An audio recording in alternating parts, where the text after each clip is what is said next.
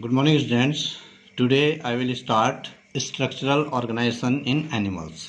आज हम पढ़ेंगे अध्याय 7 प्राणियों में संरचनात्मक संगठन। प्राणियों में संरचनात्मक संगठन के अंतर्गत जो हम पढ़ेंगे वो एनिमल टिश्यूज, प्राणी ऊतक के बारे में पढ़ेंगे। जितने भी 4 प्रकार के एनिमल टिश्यूज होते हैं उनके बारे में डिटेल पढ़ेंगे। इसके अलावा केंचुआ और मेंढक, इनके बारे में पढ़ेंगे। पहले इसमें कॉकरोच भी था कोर्स में, लेकिन इस साल कोरोना की वजह से कॉकरोच को हटा दिया गया है, तो हम इतना सिलेबस इसके अंतर्गत कवर करेंगे। अब इसमें जो है सबसे पहले शुरू करते हैं प्राणी ऊतक या एनिमल टिश्यूज़ के बारे में। एनिमल टिश्यूज, जब पहले हम ऊतक, जैसे हम पहले भी जब हम प्राणी पादप ऊतक के बारे में पढ़ रहे थे तो ऊतक के बारे में हमने पढ़ा कि कोशिकाओं का वह समूह जो कार्य और संरचना में समान होता है उसे ऊतक कहा जाता है, और जिस शाखा के अंतर्गत हम ऊतकों का अध्ययन करते हैं उस शाखा को औतिकी या हिस्टोलॉजी बोला जाता है। अब हम अगर प्राणी ऊतकों को का वर्गीकरण करें तो प्राणी ऊतकों को 4 वर्गों में विभाजित किया जाता है। पहला है उपकला ऊतक, जिसको एपिथेलियल टिश्यू या एपिथेलियम भी बोला जाता है, इसको एपिथेलियम ऊतक भी बोला जाता है। दूसरा है पेशीय ऊतक, जिसको कि मस्कुलर टिश्यू बोला जाता है या रेखित मस्कुलर टिश्यू। इसके अंतर्गत जो पेशीय ऊतक है वो 3 प्रकार के होते हैं। जो हमारी पेशियाँ होती हैं वो 3 प्रकार की होती है। एक होती है रेखित, इनको स्ट्रिप्ड भी बोला जाता है, या ऐच्छिक पेशियाँ भी इनको बोला जाता है, वॉलंटरी मसल्स कहते हैं। दूसरे हैं अरेखित पेशियाँ या अनस्ट्रिप्ड या अनस्ट्रेटेड मसल्स भी इनको बोला जाता है, या अनवॉलंटरी मसल्स इनको, या अनैच्छिक पेशियाँ इनको बोला जाता है। तीसरा है हृदय पेशियाँ या कार्डियक मसल्स, इनको बोला जाता है कार्डियक मसल्स। तीसरे प्रकार के जो ऊतक है, जंतु ऊतक, वह है संयोजी ऊतक या कनेक्टिव टिश्यू। और चौथे प्रकार के तंत्रिका ऊतक या नर्वस टिश्यू के। इसके बाद हम बात करते हैं उपकला ऊतक या एपिथेलियल टिश्यू के बारे में। तो जो उपकला ऊतक होते हैं या एपिथेलियम ऊतक होते हैं ये 5 प्रकार के होते हैं। जंतुओं में ये 5 प्रकार के होते हैं। सल्की स्क्वेमस एक होते हैं सल्की ऊतक, जो कि त्वचा में पाए जाते हैं। घनाभ क्यूबॉइडल। तीसरे होते हैं स्तंभी कॉलमनर। चौथे होते हैं पक्षमाभी सिलिएटेड। और 5वें होते हैं ग्रंथिल या ग्लैंडुलर। इसी प्रकार से संयोजी ऊतक भी जो है वो 5 प्रकार के होते हैं। एक होते हैं सघन, जिनको डेंस बोला जाता है, जिसके अंतर्गत कंडरा और स्नायु आते हैं। टेंडन एंड लिगामेंट इसके अंतर्गत आते हैं। दूसरे है वसामय या एडिपोड टिश्यू। तीसरे है एरियोलर ऊतक। चौथे है कंकाली स्केलेटल, जिसके अंतर्गत उपास्थि और अस्थियां आती है। और 5वां है तरल या लिक्विड, जिसको बोलते हैं रक्त और लसिका, इसके अंतर्गत आते हैं। अब शुरुआत करते हैं उपकला या एपिथेलियम ऊतक, एपिथेलियल टिश्यू की बात करते हैं। सबसे पहले बात करते हैं कि जो एपिथेलियल टिश्यू होते हैं ये कहाँ पाए जाते हैं। तो ये जो टिश्यू होते हैं ये हमारे शरीर की जो बाहरी सतह होती है वहाँ पे पाए जाते हैं, जैसे त्वचा है, या जो अंग होते हैं, आंतरिक अंग भी जो होते हैं, गुहाएं होती है, उनका जो आवरण बनता है, जो बाहर का जो आवरण बनता है वो जो है इन ऊतकों से मिलकर बना होता है। ये जो ऊतक होते हैं इनमें जो ब्लड कैपिलरीज होती है, रुधिर केशिकाएं होती हैं, उनका इनमें अभाव होता है, और इनमें इन पोषक पदार्थों का स्थानांतरण जो होता है इनमें डिफ्यूजन, विसरण के द्वारा होता है या लसिका के माध्यम से होता है। तो इस प्रकार से ये जो है इनकी जो स्थिति होती है वो पाए जाते हैं बाहरी स्तर में पाए जाते हैं, चाहे किसी अंग के या हमारी त्वचा में, इनमें ये पाए जाते हैं। इनकी जो विशेषताएं हैं, सबसे पहली विशेषता है कि इनकी जो कोशिकाएं होती है वो एक दूसरे से सटी होती है। इनमें जो है अंतराकोशिक जो खाली स्थान होते हैं वो बहुत कम होते हैं। इसके अलावा इनकी कोशिकाएं जो होती है पतली आधार कला की होती है, जो मेम्ब्रेन होती है, इनकी जो झिल्ली होती है वो बहुत पतली होती है। और इनमें जो है अंतराकोशिकीय स्थान जो होते हैं कोशिकाओं के बीच में वो अनुपस्थित होते हैं, क्योंकि एक दूसरे से सटे होते हैं। ये कोशिकाएं कोशिका बंधों द्वारा एक दूसरे से कसकर जुड़ी होती है, क्योंकि एक दूसरे से सटकर जो है जुड़ी होती है। इनसे जो है तंत्रिकाएं निकली रहती है, जो त्वचा है जैसे, या कोई भी अन्य जहाँ जहाँ एपिथेलियम ऊतक पाया जाता है उससे तंत्रिकाएं निकली रहती है, और वो फिर तंत्रिका तंत्र से जाकर मिलती है, जो कि बाहरी उद्दीपनों का हमें एहसास करवाती है।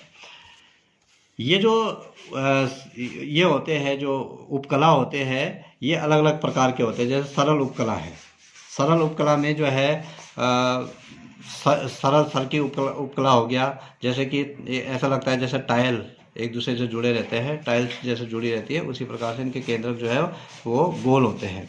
तो इनमें जो है सरल घनाकार हो गया, ये सल्की हो गए स्क्वेमस, ये घनाकार हो गए, ये स्तंभी हो गए, कॉलमनर इनको बोला जाता है। और इसी प्रकार से सिंपल सिलेटेड होते हैं, सीलिया जिनमें पाए जाते हैं, इस प्रकार से सीलिया पाए जाते हैं, ये सीलिएटेड इनको बोला जाता है। सरल रोमा भी जो है ये रोम माइक्रोविलाई जो है ये इनमें पाए जाते हैं। तो ये जो है इनमें अलग अलग प्रकार के ऊतक इनमें पाए जाते हैं। तो ये जो है एपिथेलियल टिश्यू का एक छोटा सा एग्जाम्पल इसमें जो है। अब बात करते हैं जो एपिथेलियल टिश्यू है इसके क्या क्या कार्य हैं। ये जो उपकला है एपिथेलियल है, ये त्वचा में, खोखले अंगों में, आहार नाल, रुधिर वाहिनियाँ या आंतरिक जो सतह होती है, यकृत, श्वसन तंत्र हो गया, इनमें ये पाई जाती है। इसके अलावा ये त्वचा और इसके नीचे जो है ऊतकों को चोट से या अभिघर्षण से, रसायनों से या संक्रमणों से या शुष्क ड्राइनेस से जो है बचाती है। इसके अलावा ये अवैध रोधक के रूप में कार्य करती है, बाहरी पदार्थों को अंदर नहीं आने देती है, अंदर के पदार्थों को बाहर नहीं जाने देती है। इस प्रकार से आंत में जो उपकला होती है वो भोजन के अवशोषण में कार्य करती है। मूत्र वाहिनियों की जो उपकला होती है, एपिथेलियम होती है, किडनी से नाइट्रोजन, जो किडनी होते हैं हमारे, वृक्क होते हैं, उनसे नाइट्रोजनी जो वेस्ट प्रोडक्ट होते हैं, एक्सक्रीटरी सब्सटेंसेस, उनको बाहर निकालने में सहायक होती है। इसी प्रकार से श्वसन पथ में जो है ये जो वायु होती है उसको आगे बढ़ाने में सहायता करती है, कार्बन डाइऑक्साइड को बाहर निकालने में, और ऑक्सीजन को अंदर फेफड़ों में ले जाने में जो है ये सहायता करती है। तो इस प्रकार से इसी प्रकार से जो हमारी आंत होती है उसमें जो ये एपिथेलियम टिश्यू होते हैं, ये पाचक रसों का श्रावण करने में सहायक होते हैं। संवेदी अंग जैसे त्वचा हो गया, इनमें जो है संवेदनाएं ग्रहण करती है, क्योंकि इनसे जो है तंत्रिका तंत्र जुड़ा होता है। तो ये जो है कुछ इनके महत्वपूर्ण कार्य जो है इनके द्वारा किए जाते हैं। अगला जो ऊतक है वह है पेशीय ऊतक।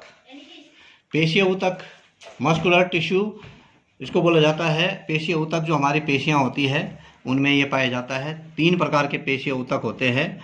जैसे एक होते हैं अरेखित पेशियां, अनस्ट्रिप्ड या अनस्ट्रेटेड मसल्स भी इनको बोला जाता है, या अनैच्छिक पेशियां इनको बोला जाता है, अनवॉलंटरी मसल्स इनको बोला जाता है। दूसरी होती है रेखित या कंकाल पेशी, या स्ट्रिप्ड या स्ट्रेटेड या ऐच्छिक पेशियां इनको बोला जाता है, स्केलेटल मसल्स भी इनको बोलते हैं। और तीसरी होती है हृदय पेशियां, जिनको कार्डिक मसल्स बोला जाता है, या हृदय पेशियां इनको बोला जाता है। अब अरेखित पेशी की बात करते हैं। ये अरेखित पेशियां इसलिए होते हैं क्योंकि इनमें बंध नहीं पाए जाते, स्ट्रिप नहीं पाए जाते इनमें। ये सिंपल होते हैं, किनारों से नुकीले होते हैं, बीच में थोड़ा सा चौड़े होते हैं। ये अनैच्छिक पेशियां भी कहलाती हैं। अनैच्छिक पेशियां इसलिए कहलाती हैं क्योंकि ये हमारी इच्छा के अनुसार कार्य नहीं करती, ये स्वतः ही ऑटोमेटिक होती है, अपने आप ही जो है कार्य करती है। जैसे हमारा पाचन तंत्र हो गया, श्वसन तंत्र हो गया, तो ये जो है ये इनमें पाई जाती है। तो ये स्वतः ही कार्य करता है। जैसे हम भोजन ग्रहण कर लेंगे, पाचन का कार्य शुरू हो जाता है, या ऑक्सीजन या कार्बन डाइऑक्साइड का विनिमय जो है स्वतः चलता रहता है। दूसरे प्रकार की जो पेशियां होती है, हाँ, इनकी जो उपस्थितियां होती है, आहारनाल की दीवार, रुधिर वाहिनियां, मूत्राशय, पित्ताशय, जननांग, इनमें जो है ये पाई जाती है। दूसरे प्रकार की होती है कंकाल पेशी या ऐच्छिक पेशी या रेखित पेशी। अब इनको रेखित पेशी इसलिए बोला जाता है क्योंकि जो इनके कोशिकाएं होती है, ऊतक होते हैं, इनमें बंध पाए जाते हैं, इस प्रकार से स्ट्रिप पाए जाते हैं, इसलिए जो है इनको स्ट्रिप्ड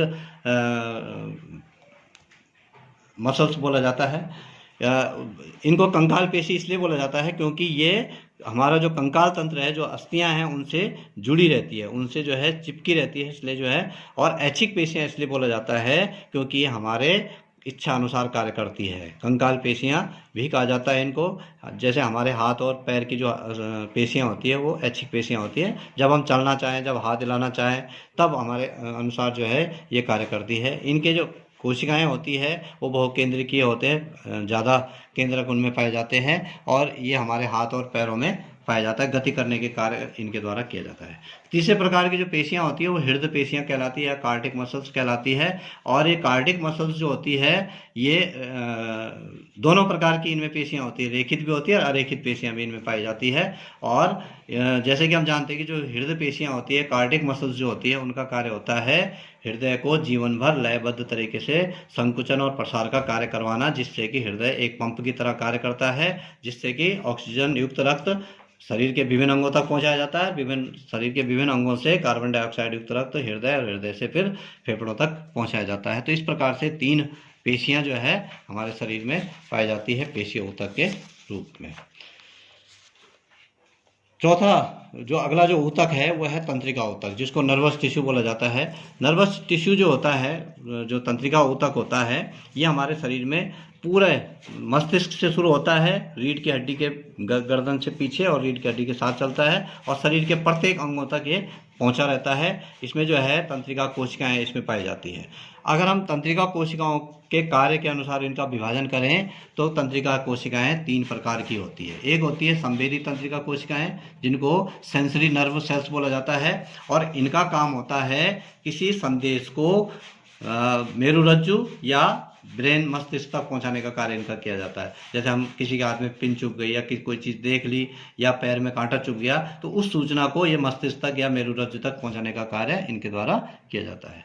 दूसरी होती है चालक तंत्रिका तंत्र या मोटर न्यूरॉन्स इनको बोला जाता है, या प्रेरक तंत्रिकाएं भी इनको बोला जाता है। इनका काम होता है, ये जब कोई सूचना मस्तिष्क या मेरुरज्जु तक पहुंचाई जाती है तो ये संबंधित अंग तक जो है, जो मस्तिष्क या मेरुरज्जु द्वारा आदेश दिया जाता है, उस आदेश को संबंधित अंग तक पहुंचाया जाता है। क्यों? जैसे कांटा चुभ गया, कांटा चुभने की जो सूचना है वो संवेदी तंत्रिका के द्वारा मस्तिष्क तक या मेरुरज्जु तक पहुंचाई जाती है। उसको हटाना है पैर को, तो वो ऑर्डर जो है मस्तिष्क या मेरुरज्जु के द्वारा पैर तक पहुंचाने का कार्य जो है वो चालक तंत्रिका कोशिकाओं के द्वारा किया जाता है। तीसरी होती है मध्यस्थ तंत्रिका कोशिका, इंटरमीडिएट नर्व सेल्स इनको बोला जाता है।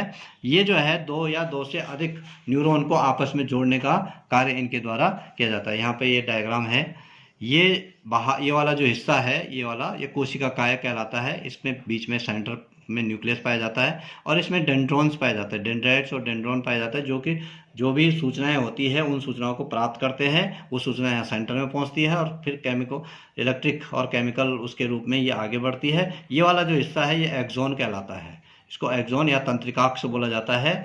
यहाँ पर इससे जो है ये पेशियाँ जुड़ी होती है और यहाँ जो है ये तंत्रिका कोशिका का अंतिम सिरा इसको बोला जाता है। इसको जो है यहाँ से जो सूचना है वो अगली तंत्रिका तक सिनेप्स के द्वारा पहुँचाई जाती है। तो इस प्रकार से ये 3 प्रकार के तंत्रिका कोशिकाओं के बारे में हमने पढ़ा। Thank you.